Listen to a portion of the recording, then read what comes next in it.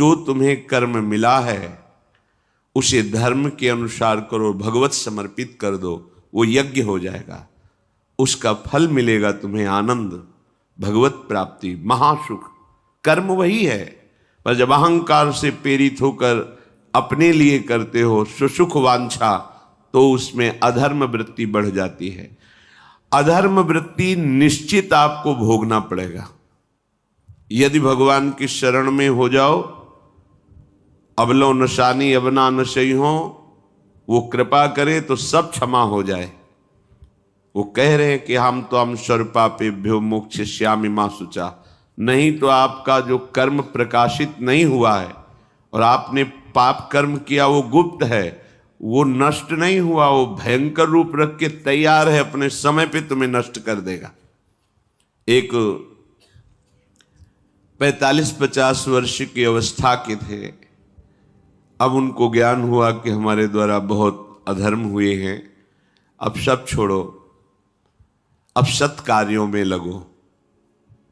तो उनके सामने एक स्वर्णकार का मकान था।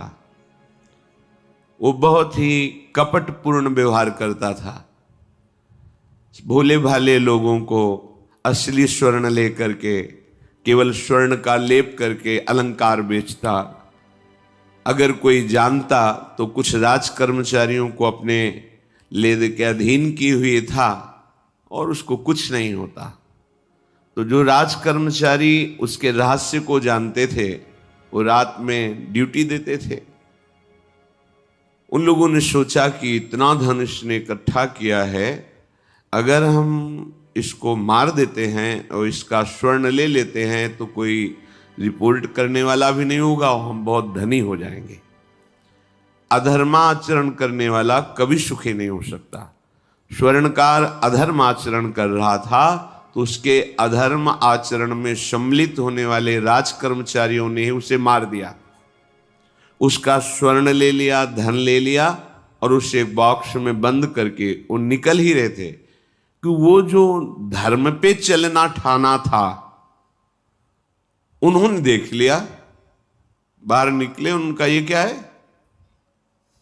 अब वो तो फंस गए क्योंकि बॉक्स में उसकी लाश थी और सब बैग झोला में स्वर्णाभूषण धन था।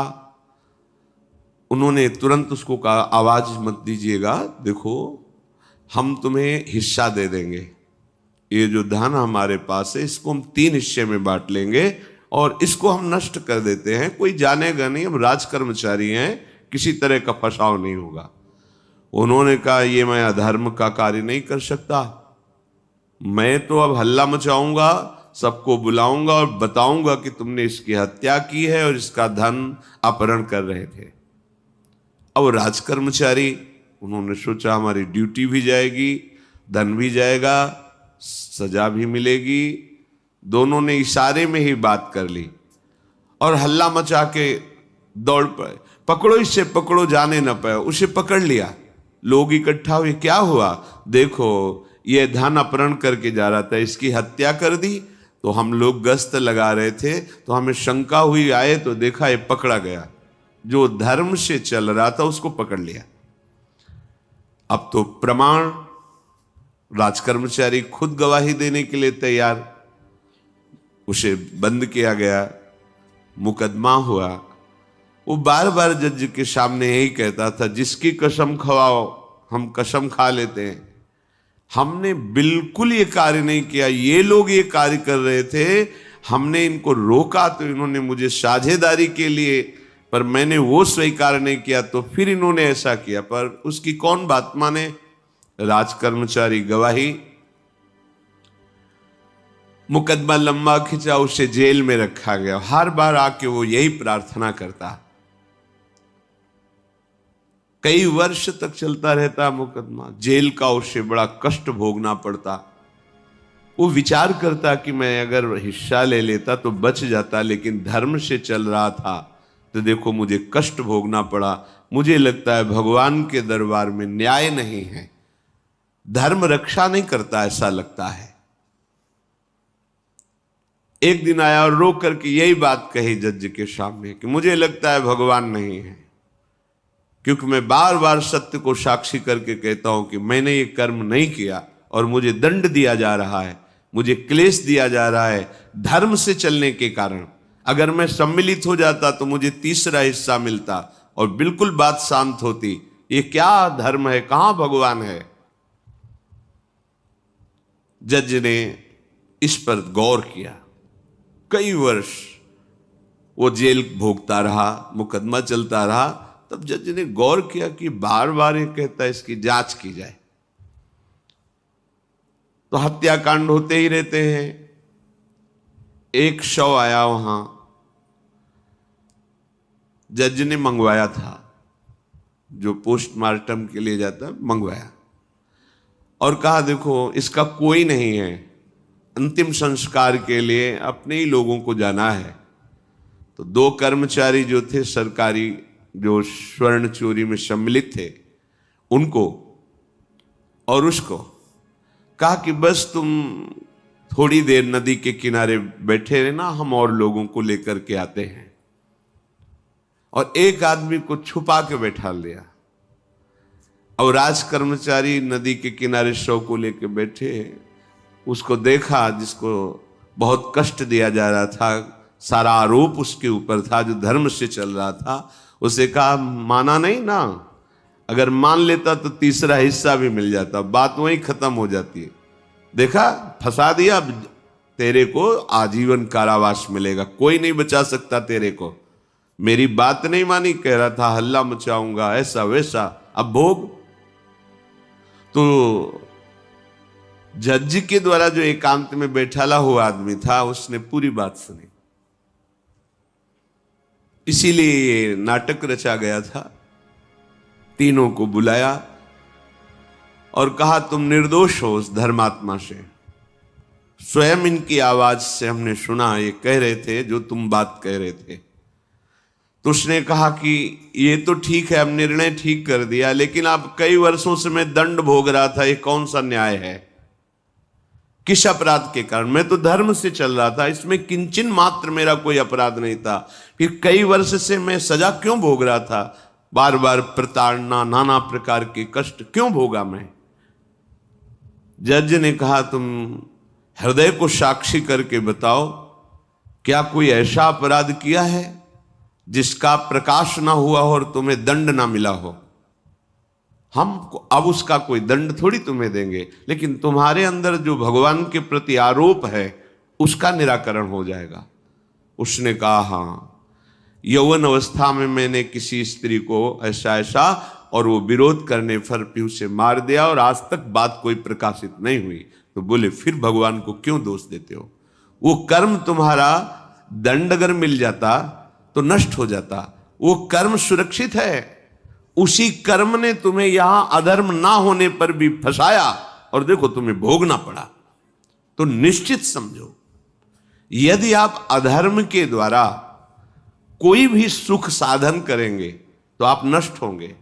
अधर्म के द्वारा आप धन आदि छीनना चाहेंगे तो आप नष्ट होंगे। अधर्म कर दिया है और उसका प्रायश्चित नहीं हुआ तो वो कर्म सुरक्षित है। ऐसी जगह फंसाएगा जहां 100% आपने कोई अपराध नहीं किया पर आपको उसका दंड भोगना पड़ेगा। फिर आपको लगेगा कि न्याय में अन्याय हो रहा है, कोई भगवान नहीं है। देखो मैंने बिल्कुल कसम खा के कहता हूं पाप नहीं किया, पर ये पाप का जो आरोप लगा वो पूर्व पाप आकर के तुम्हें दंडित कर रहा है। अब इस कर्म विधान को ये बहिर्मुख लोग क्या जानते हैं? तभी कहते हैं अरे कहां भगवान, कैसे भगवान? आज तुम धर्म से चल रहे हो, लेकिन कल तुमने जो कर्म किया तो तुम शरणागत होकर भजन के द्वारा उसको नष्ट नहीं किया ना, तो वो सुरक्षित है। अवश्य में भोक्तव्यम कृतम कर्म शुभाशुभम। इसलिए श्री भगवान आदेश कर रहे हैं यज्ञार्थात् कर्मणोन्यत्र लोकोयम कर्म बंधनहा तदर्थम कर्म कौन्ते मुक्त संगहा समाचर। मुक्त हो जाओगे, न काम तुम्हें अधीन कर पाएगा, न पाप अधीन कर पाएगा, परमानंद में डूब जाओगे। केवल प्रभु के लिए कर्म करो।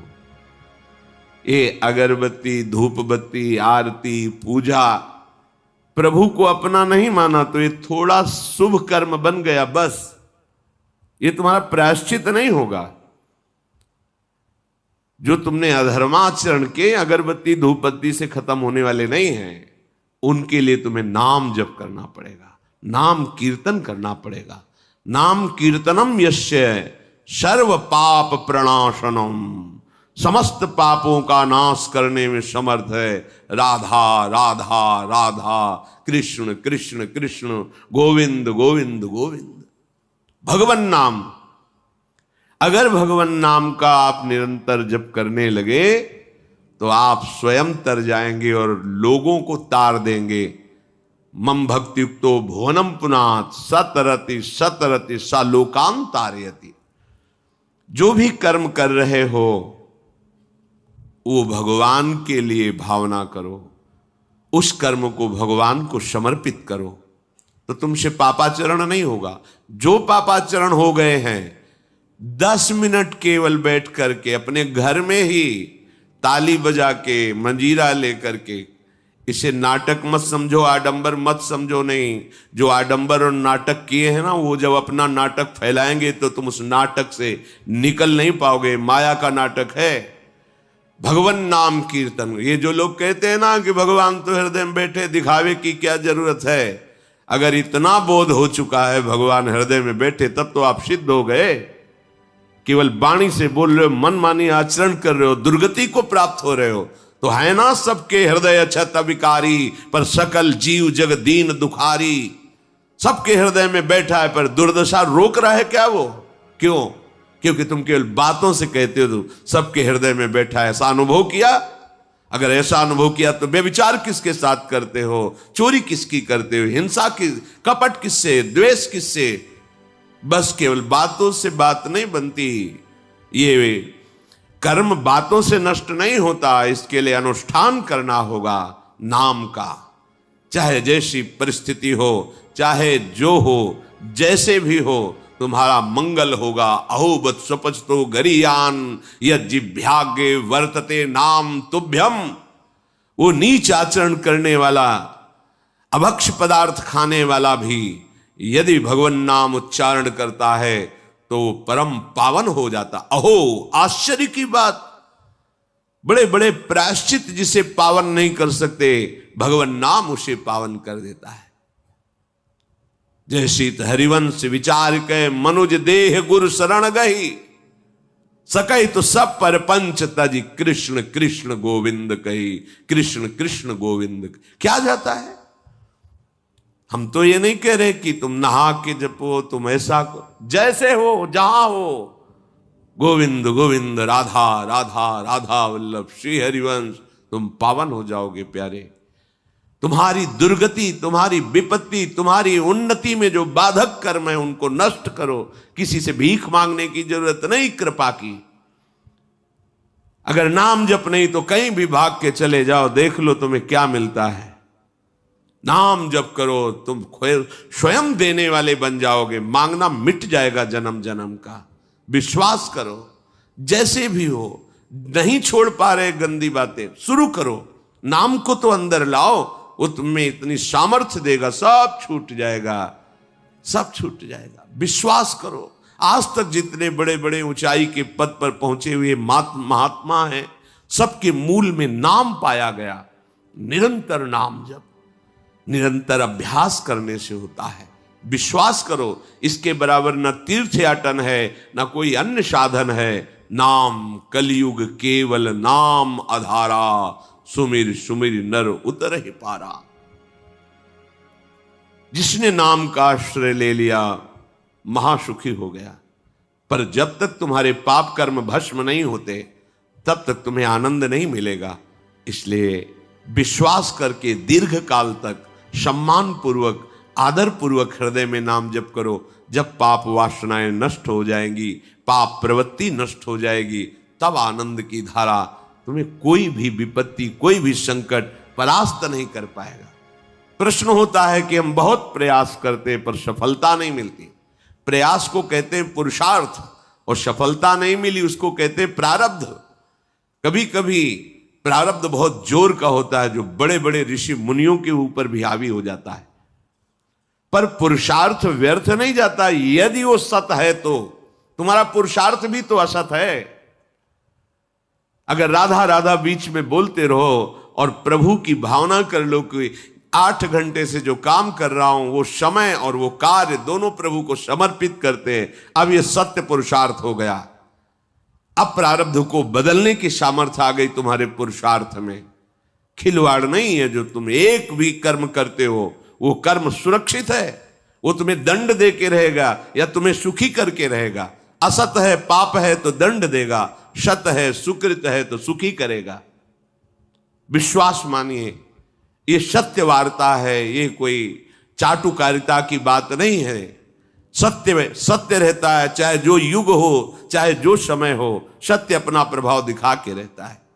इसलिए भगवान का आदेश है, तुम्हारा जीवन भगवत प्राप्ति के लिए, आनंद में डूबने के लिए, मस्त होने के लिए मिला है। ये मस्ती नशा में नहीं है, ये मस्ती दूसरों के शरीर का मांस खाने में नहीं है, ये मस्ती दूसरों की हिंसा व्यभिचार इसमें नहीं है। मस्ती है स्वात्मानंद की, जब कोई चाह नहीं, कोई परवाह नहीं, मृत्यु भी एक खिलौना लगने लगे, उसे मस्ती कहते हैं। वो मस्ती आती है भगवान नाम जप से। शुद्ध ज्ञान का प्रकाश हुआ, मरने का भय खत्म हो गया, क्योंकि शरीर राग नष्ट हो गया। इसलिए सावधान होकर जो जहां जैसी भी परिस्थिति में हो, भगवान नाम सदैव अपने पास रखो। राधा राधा कृष्ण कृष्ण गोविंद गोविंद, देख लेना, निहाल हो जाओगे, निहाल हो जाओगे, मस्त हो जाओगे। हमारी बात मान लो, हमारी प्रार्थना मान लो, कुछ इसमें नहीं लगता। इसमें न पैसा देने की बात कर रहे, ना कोई संयम नियम की बात कर रहे, जैसे बने। मन नहीं लगता, मत लगने दो, ये बड़ा दुष्ट है, ये लगता है हमें दुर्गति कराने के लिए। अगर इसकी हां में हां मिलाओगे तो ऐसे निंदनीय कर्म कराता है, घृणा होती है अपने मन से। देखो ना, झांक के देखो ना मन को, कभी ये तृप्त नहीं हुआ। वही गंदी बात, वही गंदा चिंतन, वही गंदे आचरण की प्रेरणा। इस दुष्ट को मित्र मानते हो, ऐसे मन को?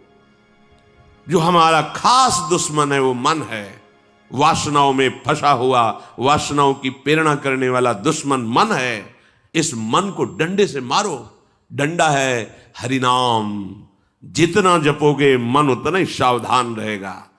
कृष्ण कृष्ण गोविंद गोविंद गोविंद निरंतर रटन करो, राधा राधा राधा। क्या जाता है? जिह्वा से नाम उच्चारण कर रहे, शरीर से अच्छे कर्म कर रहे हैं, विचार अपने आप पावन होने लगेंगे। विचार पावन हुआ तो महात्मा हो गया, चाहे वो गृहस्थ हो चाहे वो विरक्त हो। तो ध्यान दीजिए, हमारे पुरुषार्थ को प्रबल करने वाला और प्रारब्ध को नष्ट करने वाला एक ही महान समर्थ है, भगवान नाम। इसके सामने कोई साधन बराबरी नहीं कर सकता। ये महामहिम नाम भगवान का है, भगवान को भी अधीन करने की सामर्थ्य रखता है। ये जो निकृष्ट भाव बैठा हुआ है, बेटी हुई उदास हो गए, लड़का हुआ थाली बजाओ घंटा बजाओ, जिससे बहुत बड़ा, बिल्कुल ठीक नहीं है। ये बेटा होता किससे है? बेटी से ही होता है। तुम किससे हुए हो? किसी मां से हुए हो। वो क्या थी? किसी की बेटी ही थी। कैसी मूर्खता छा गई है, गर्भस्थ बेटी की कोई परवाह न करके उसको, ये क्या है? कितने राक्षस वृत्ति में आ गए हैं हमारी। राक्षस भी अपने बच्चों को नहीं खाते। कितनी राक्षसी बुद्धि। हम सुंदर दिखना चाहते हैं, समाज में सम्मान पाना चाहते हैं, और पाप कर्म कैसा? बेटी है गर्भ में, हत्या करा दो, नहीं चाहिए। बेटा कहां से पैदा होगा? वो किसी की बेटी से ही तो पैदा हो रहा है। कैसी मूढ़ता छा जाती है। वैसे भी शास्त्र में स्त्री हत्या करना बहुत बड़ा महापाप कहा गया है। फिर भ्रूण हत्या, गर्भ हत्या, गर्भस्थ शिशु की, उसमें भी कन्या, सर्वनाश। इसके बाद फिर रोते हैं, हमने कौन सा पाप किया, भगवान ने हमारा पुत्र छीन लिया। कौन सा पाप किया, भगवान ने ऐसा कर दिया। अरे अपने डायरी में तो लिखा करो कि तुमने कौन से पाप किए हैं। फिर जब परिणाम आवे तो सोचोगे तो लगेगा बहुत हल्के में निपाट रहे हैं भगवान, हमें तो बहुत कष्ट मिलना चाहिए। कैसी कैसी निर्दयता बैठ गई हो। हम मनुष्य कहलाते हैं, सदगृहस्थ कहलाते हैं, गर्व से चलते हैं। और गर्भस्थ शिशु की हत्या करते हैं। मान जाओ, ना सत्संग सुन रहे हो, ना शास्त्र स्वाध्याय कर रहे हो, इसलिए तुम्हें पता नहीं कि तुम कौन सा पाप कर रहे हो। ऐसे ये पाप, कुछ पाप ऐसे हैं जिनको वज्र की लीक कहा गया। वज्र की लीक में मिटाल नहीं सकते, तुम्हें भोगना पड़ेगा। जो गृहस्थ है और संतान नहीं है, उस जीवन को सार्थक करने के लिए अपने गृहस्थ जीवन का त्याग करो, तीर्थ धाम कहीं वास की व्यवस्था करो और दोनों मिलकर भजन करो, अपने शरीर को पूरा करो, तो जीवन सार्थक हो जाएगा। अगर गृहस्थ है, संतान है, पढ़ाओ लिखाओ, उसको उसी योग्य करो जैसे तुम्हारे माता पिता ने किया है, तो तुम उस ऋण से मुक्त हो जाओगे। और फिर भी भजन करो, भजन ही तुम्हें भगवान की प्राप्ति कराएगा। दूसरा, जो अपने धर्म से भ्रष्ट हो चुका है, उसका जीवन व्यर्थ है। आपका एक धर्म है, सबसे पहला धर्म है मनुष्य धर्म। मनुष्य का क्या कर्तव्य है? अपने प्राणों का भी बलिदान देकर दूसरे की रक्षा करना, और यहां अपने मन को सुख पहुंचाने के लिए दूसरे की हत्या कर देना। कैसा राक्षसी भाववृत्तियों में आ गया। देखो, अगर कोई माता बहन एकांत मिल जाए तो बस राक्षस जैसे टूट पड़ते हैं, ऐसे स्वभाव, मार दो, जला दो, काट दो।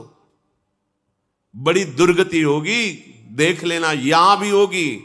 छुपा के भी कर लो, तब कर्म प्रकाशित होगा जब तुम अपराध नहीं करोगे। अपराध नहीं करोगे तब वो अपराध तुम्हें फंसाएगा और जीवन भर रुलाएगा। मरने के बाद नर्क मिलेगा। नर्क माने बड़ी जेल है, वो बड़ी जेल, ये छोटी जेल है। जैसे बड़े अपराधियों को बड़ी जेलों में भेजा जाता है, तो विश्व ब्रह्मांड की सबसे बड़ी जेल और वहां के सबसे बड़े जेलर यमराज, वहां दंड मिलता है। आप ऐसा ना सोचिए कि ये सब गप है। गांव में जैसे बात करे तो लगता है गप है, जब जेल हो आते हैं ना तो कहते हैं। एक गांव में मिले थे, कहा था कि अगर रोज 5 जूता कोई गांव में हमें मारे तो हम उसे सह लेंगे, लेकिन दोबारा जेल जाने वाला आचरण नहीं करेंगे। दिखा रहे थे कि देखो कैसे कैसे कष्ट वहां के कैदी भी मारते हैं जो बहुत पुराने हो गए हैं, वो हमको अनुशासन में रखते हैं। ऐसा ऐसा कितना कष्ट। अब वो गया ना तो भोगा, अब माया के कारण स्मृति नष्ट हो गई नहीं, सैकड़ों बार अपने भी भोग के आ रहे हैं नरक। दूसरे, उसका जीवन नष्ट है जो धर्म का त्याग कर चुका है। तुम पिता माता से प्रकट हुए, तुम्हारा धर्म है माता पिता की सेवा करना। वयोवृद्ध बेचारे माता पिता उठने बैठने में असमर्थ हैं, आप पैसे कमाने के लिए अपनी बहुली निकल गए, अब वो कष्ट भोग रहे हैं। ना उनको देखना है, ना उनकी व्यवस्था करना है। मरने दो तो ठीक है, तुम्हें जब परिणाम आएगा तब तुम भी तो बनोगे ना वृद्ध, तब तुम्हें पता चलेगा। अवश्य में भोक्तव्यम कृतम कर्म शुभाशु। होश में, माता पिता सबसे पहले भगवान हैं यदि आप गृहस्थ हैं तो। अगर आप बाल्यावस्था से भगवान के मार्ग का अनुसरण कर रहे हैं तो फिर भगवान प्रणत कुटुंब पाल रघुराई, भगवान व्यवस्था कर देते हैं। वैराग्य मार्ग में लौटकर पीछे नहीं देखा जाता। हमारे भगवान के अवतार मानेंगे महाप्रभु चैतन्य देव, नवयुति विष्णु प्रिया जी माता सची छोड़ के चल दिए। आद्य गुरु भगवान शंकराचार्य भगवान के अवतार मां केवल छोड़ के चल दिया। भगवान के मार्ग में यदि ऐसे चले तो भगवान संभाल लेते हो, परम पद मिलता है 21 पीढ़ियों को। मां तो बिल्कुल नजदीक है, 21 पीढ़ियों को भगवत प्राप्ति हो जाती है। और शब्द है प्रणत कुटुंब पाल रघुराई, भगवान स्वयं उसके परिवार का पोषण करते हैं। पर यदि गृहस्थ धर्म में हो और अपने माता पिता का त्याग कर दिया, उनकी सेवा नहीं करते, वो दुख भोग रहे, तो नरक यंत्रणा मिलेगी और जीते जी तुम उन्नति को प्राप्त नहीं हो सकते। तुम्हें भले उन्नति दिखाई देती हो, बाद में परिणाम देख लेना आप। तीसरा, जो दूसरों के भोजन छीनने की चेष्टा में रहता है, कैसे इसका धन अपहरण कर लें, कैसी जमीन अपहरण कर लें, कैसे इसकी अव्यवस्था पैदा कर दें इसके जीवन में, जो केवल अपने ही सुख को देखता है उसकी दुर्गति होती है। तीसरा, उसका जीवन व्यर्थ है। जो दूसरों के सुख का अपहरण करके सुखी होना चाहता है, सदैव केवल अपने सुख में डूबना, सोचना कैसे मैं सुखी हो जाऊं, अधर्माचरण करूं, छीन लूं, क्या करूं, कैसे करूं, उसका जीवन व्यर्थ है। और चौथा, जो आए हुए साधु महात्मा अतिथि का अनादर कर देता है, अपमान कर देता है, सारे सुकृत नष्ट हो जाते हैं। ये 4 का जीवन बिल्कुल व्यर्थ हो जाता है। इनको असत जीवन कहा गया है, वृथा जीवन कहा गया है। इसलिए हे युधिष्ठिर, ये 4 दोष कभी हृदय में ना आने पावे। आरूढ़ पतिते दत्तो मन्यायोपहृतम चेयत व्यर्थम तु पतिते दानम ब्राह्मणे तस्करे तथा। बहुत ध्यान देने योग्य बात। जो वानप्रस्थ या विरक्त भाव संन्यास ले लेते हैं और कुछ वर्ष चलने के बाद मैं तो इस पे नहीं चल पाऊंगा लौट जाते, उन्हें घोर नरक की प्राप्ति होती है। कुछ भी कर लो, ये भारी अपराध तुम्हें नरक की प्राप्ति कराएगा। मार्कंडेय जी महाराज युधिष्ठिर को उपदेश कर रहे हैं। एक बार एक सन्यासी जी ने कहा था कि हमने गुरुजनों से सुना है कि यदि वचन से संकल्प ले ले कि बस अब कुछ महीने बाद हम सन्यास ले लेंगे और विरक्त होकर भगवान का भजन करेंगे, और यदि वो ऐसा नहीं करता तो उसे चंद्रायण व्रत रहना चाहिए, तब उस पाप से मुक्त होगा। चंद्रायण व्रत कहते हैं प्रतिपदा को 1 ग्रास, द्वितीया को 2 ग्रास और अमावस्या को 15 ग्रास, फिर नीचे घटाते चले जाओ 14, 13, 12, 11 ऐसे पूर्णिमा को पूर्ण 1 महीने से उपवास रहने से हम सन्यास लेंगे। इस बात के अपराध का उसको सन्यास लिया नहीं, केवल घोषणा कर दी थी। और जो सन्यास ले लिया या वानप्रस्थ, वानप्रस्थ कहते हैं पत्नी के सहित विरक्त होकर भजन करना। गृहस्थ में थे, अब निर्णय कर लिया कि अब आजीवन हम ब्रह्मचर्य रहेंगे और भगवान का भजन करेंगे, धाम तीर्थ वन आदि में रहकर वो जीवन में दोनों भजन करके भगवान की प्राप्ति में लगा, उन्हें वानप्रस्थ कहते हैं। सन्यास जो पूर्णतया वैराग्यवान होकर केवल भगवान के आश्रित जीवन। सन्यास मार्ग में माता पिता परिवार का दिया हुआ कुछ स्वीकार नहीं किया जाता, उनके द्वारा भरण पोषण नहीं स्वीकार किया जाता। अगर स्वीकार करता है अपने धर्म से भ्रष्ट हो जाता है। ये मनमानी आचरण, न शास्त्र स्वाध्याय है न सत्संग में श्रद्धा है। मनमानी आचरण से अध्यात्म मार्ग प्रकाशित नहीं होता। जिसने सन्यास ले लिया और वो फिर गृहस्थ में लौट जाता है, अब हमसे तो होने वाला नहीं, तो उसे आरूढ़ पतित कहते हैं। आरूढ़ पतिते दत्तो मन्यानयोपहृतम चयात, उसको दुर्गति प्राप्त होती है। इसलिए होश में ये मार्ग ऐसा नहीं अब हमारा मन नहीं लगता, अरे अहो भाग्य है कि तुम्हारे भाग्य से विषय भोग मिटा दिया भगवान ने, तुम्हें परमार्थ का मार्ग दे दिया। जिसको छोड़ना कठिन है भगवान ने उसे काट दिया, चलो मेरे मार्ग में चलो। हम मनमानी आचरण नहीं, बिल्कुल नहीं। यहां शास्त्र आदेश करता है, ऐसे नहीं होना चाहिए कि 4 दिन हुए कपड़ा उतार दिया, कपड़े बदल लिए, 5वें दिन फिर उसी पोशाक में। तो जानते हो इससे क्या होगा? जीवन भर कुछ कर लो, दुर्गति प्राप्त होगी। तस्मात् शास्त्रम प्रमाणम ते कार्य, ये कानून है। कानून में फंस गए तो सजा निश्चित होगी। ये भागवतिक कानून, जैसे एक राजकीय कानून है, तो ये भागवतिक त्रिभुवन का कानून है। त्रिभुवन में कहीं यही कानून काम करेगा। अलग अलग देश का कानून है, लेकिन ये त्रिभुवन का कानून है, विश्व का कानून है, ये भगवदीय कानून है। अगर इसमें फंस गए तो निकलना मुश्किल हो जाएगा। बहुत शास्त्र के अनुसार चलो। तो जो वानप्रस्थ या सन्यास लेकर के पुनः गृहस्थ धर्म से युक्त हो जाता है, उसकी दुर्गति निश्चित हो जाती है। आप तुम वो कर ही नहीं पाओगे।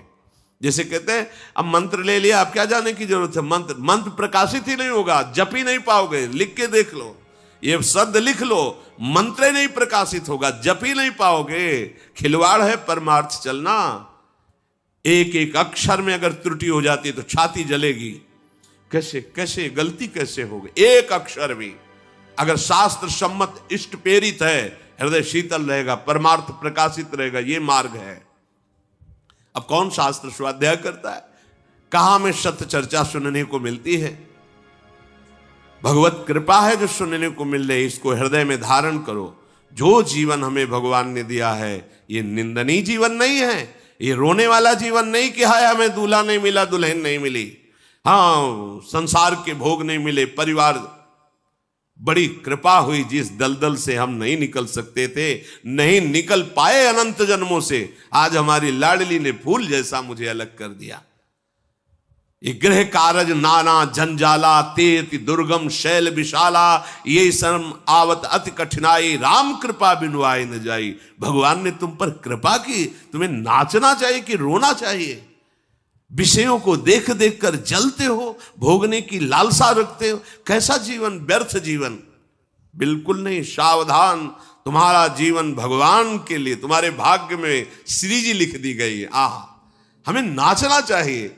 हमारे भाग्य को बदलकर प्रभु ने अपना चरणारविंद, अपना धाम, अपना नाम, अपनी सेवा दे दी।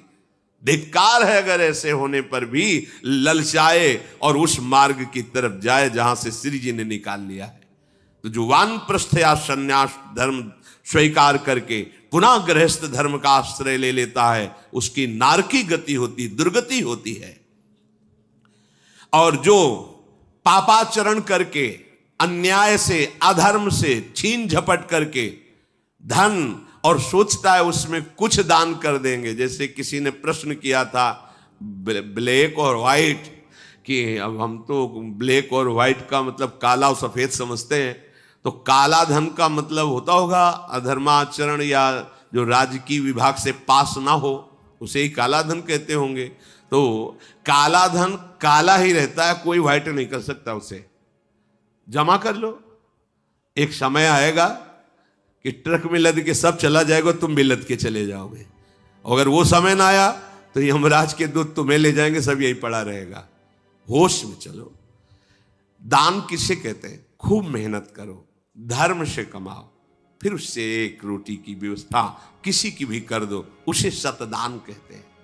लाखों बेईमानी से कमाए, अधर्म आचरण से दूसरों को चूस चूस के ऐसा दुख दे कर फिर सोचा कि लाख में 10,000 दे देते हैं, व्हाइट हो जाएगा। व्हाइट नहीं हो जाएगा, ये और तुम्हारे ऊपर आक्रमण कराएगा, क्योंकि जिनको दे रहे हो उनकी भी बुद्धि तो भ्रष्ट होगी, तो तुम्हारा धर्म बनाना, हाँ, व्हाइट नहीं होगा, फाइट होगी। अब मार पिटाई शुरू करवाएगा, वो ऐसे आचरण करवाएगा, जहां जाएगा वहां खोपड़ी फोड़ेगा। उसका परिणाम जब आपके आएगा तो आपकी खोपड़ी फूटेगी। व्हाइट तो तब हो सकता है जब व्हाइट चलो। व्हाइट का तात्पर्य होता प्रकाश, श्वेत, ये लक्षण सतोगुण का। सात्विक भाव से चलो, मेहनत की कमाई से, पसीना चुहा के खूब मेहनत किया और फिर किसी को दिया, तुम्हारा परिवार उन्नतिशील रहेगा, तुम्हें लोक परलोक में सुख प्राप्त होगा। अन्याय से कमाए हुए धन का दान पतित कर देता है, पतित कर देता है। अब इसमें एक उपाय है, मुझे पता नहीं था, प्रमादवश मेरे से गलती हो गई, कभी जीवन में गलती नहीं करूंगा, अब सुधार के लिए करो, हो जाएगा। मुझे पता नहीं था, मैंने कभी सुना ही नहीं था, बस यही था कि धन प्राप्त करूं, धन प्राप्त करूं, और गलती हो गई। अब मुझे पता चला कि मैंने गलत किया है, तो अब लो नशानी, अब ना नशे करो, गौ सेवा, संत सेवा, ठाकुर सेवा, गलती आगे से नहीं करूंगा। ये एक सूत्र बहुत बढ़िया, अबलो नशानी अबना नशे, ये सबको पावन कर देता है, सब कुछ पावन कर देता है। पर ये ऐसा नहीं कि हम 100 कमा रहे हैं बेईमानी से तो 10 देते रहेंगे तो 90 व्हाइट होते रहेंगे, ऐसा कदापि कहीं नहीं लिखा। ये शास्त्र है, तस्मात् शास्त्रम प्रमाणन्ते। कई बार लोग प्रश्न करते हैं इस विषय का, ध्यान से सुन लो। अन्याय से कमाया हुआ धन अगर उसे हम दान भी करते हैं तो वो पतित ही करेगा, गिराएगा ही, किसी काम का नहीं है। आगे वर्णन कर रहे हैं कि धर्म से कमाया हुआ दान